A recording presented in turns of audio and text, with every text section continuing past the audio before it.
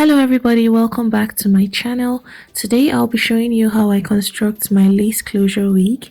I tried as much as possible to explain everything in detail so the video can be beginner friendly. Because of how long the video is already, I'll just jump right into the video. I'll be using my yyong Brazilian bodywave hair, 3 26-inch bundles and a 4x4 20-inch closure. The first thing I do usually is to go ahead and wash the hair because I don't know where the hair has been, so to make sure that the hair is in perfect condition before using it, I wash it first. To wash the hair, I'll be using Tresemme shampoo and conditioner.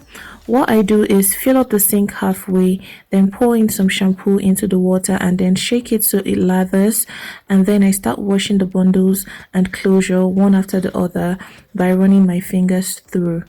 Can you guys see how dirty the water is?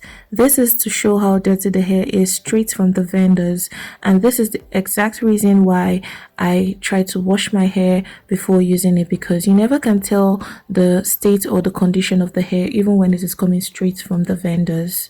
After shampooing, I drain out the dirty water, fill in the sink again with clean water and then pour in a generous amount of conditioner. Then I place the bundles and the closure in the water and let it sit for about 15 minutes, after which I rinse out the conditioner and let the hair air dry. This is how much shedding I got after washing the hair. Now to make the wig, you'll need sewing thread, sewing needles, T-pins, a dome wig cap, mannequin head and stand, a pair of scissors, white tooth comb and rat tail comb, and super glue. I'll explain the need for the super glue later. The first thing to do is to thread your needle and make sure that the ends of the thread is knotted properly.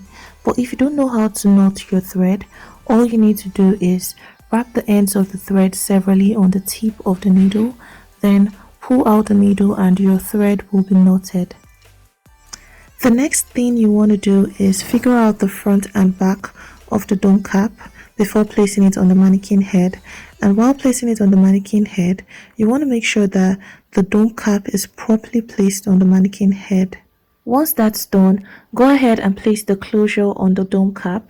Make sure it's at the middle of the dome cap. Also make sure you pull out the closure about ½ an inch from the cap before placing the T-pins to hold it down. Also ensure that the closure is laying very flat at the back as well as the sides. This process might actually take a while, but it's okay because once the closure is properly placed on the dome cap, it will be easy to sew it down and the wig won't look weird in the end. After pinning down the closure, you wrap the closure away from the rest of the wig cap and then you start sewing the closure to the dome cap.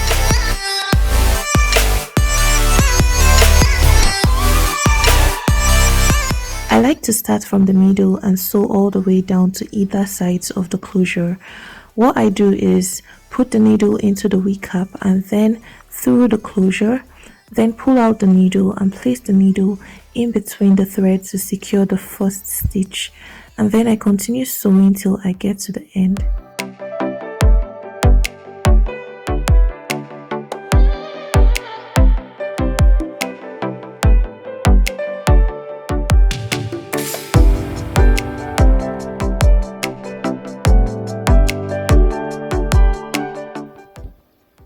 When you get to the elastic band, you want to make sure that you don't put the needle through the elastic band.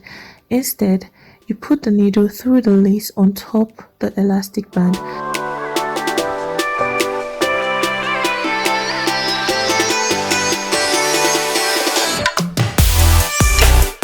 And then for the final stitch, you wrap the needle around the thread severally before pulling out the needle to secure it. I did the same thing for the other side.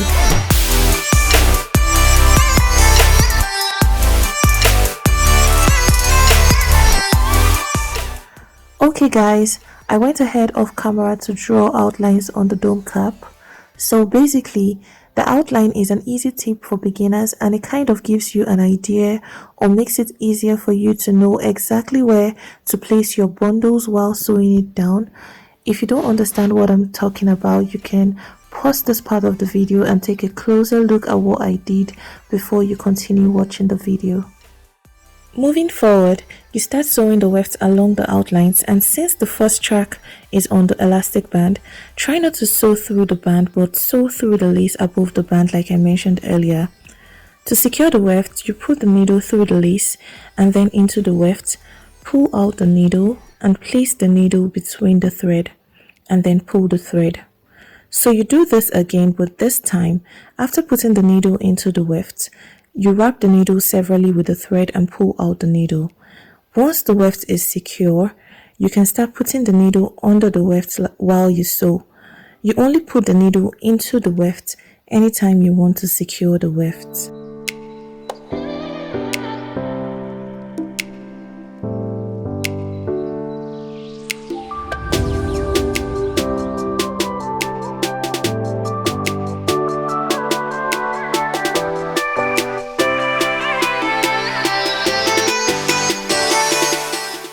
Once you get to the end of the track, you want to make sure the weft is secure, so instead of going under the weft with the needle, you put the needle into the weft like I mentioned earlier, wrap the thread around the needle severally, pull out the needle, and then you cut the thread some distance away from the weft and knot the thread about 3 to 4 times to make sure the weft is secure before cutting off the remaining thread.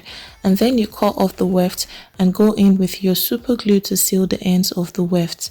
So basically, some people do not like to cut the weft for obvious reasons. Personally, I did not like to cut the weft each time I made a wig in the past, but I realized that the wigs that I made then did not lay as flat as I wanted them to lay, so I started cutting my weft, but I always make sure to go in with a weft sealant to seal the ends of the weft to prevent the hair from shedding.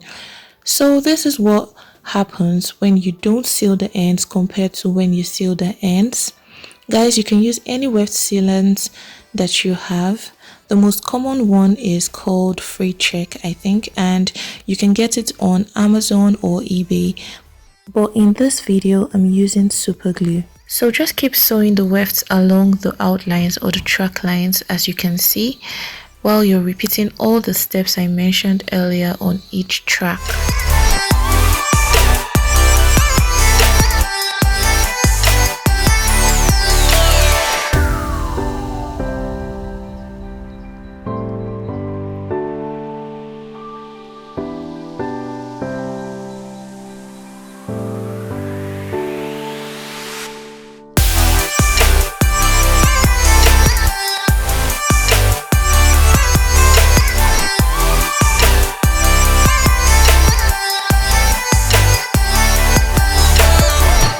When you get close to the closure, this time around, instead of sewing directly on the wig cap, you sew the weft to the closure.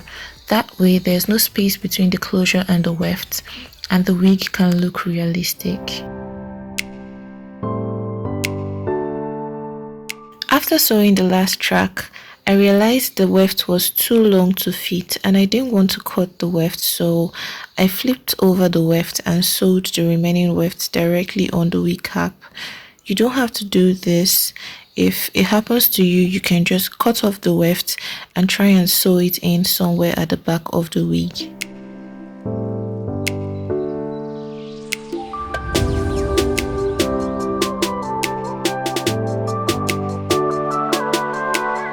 Once you're done sewing in the bundles, you flip the wig over and cut off the wig cap laying underneath the closure.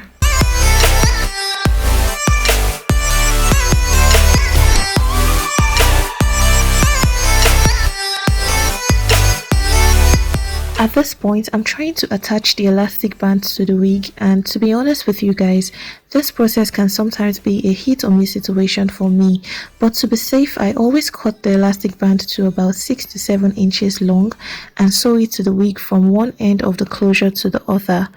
If you're struggling at this point, I will advise that you start out with a longer length and gradually work your way to the length that is comfortable for you, because if the elastic band is too tight, it can cause headaches and discomfort, and if it's too loose, well, your guess is as good as mine.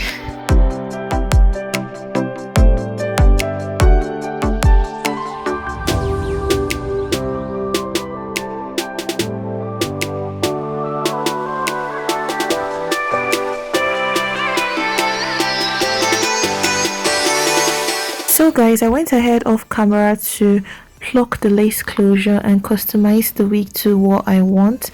If you guys want to see a video on how I customize my wigs, then let me know in the comment section below, and I'll also list the items that I used and possibly leave links to these items in the description box below. Alright guys, don't forget to like this video and share this video if it was helpful, and don't forget to subscribe to my channel if you haven't subscribed already, and turn on your post notifications so you don't miss out on any of my future uploads. I hope to see you guys in my next video. Bye.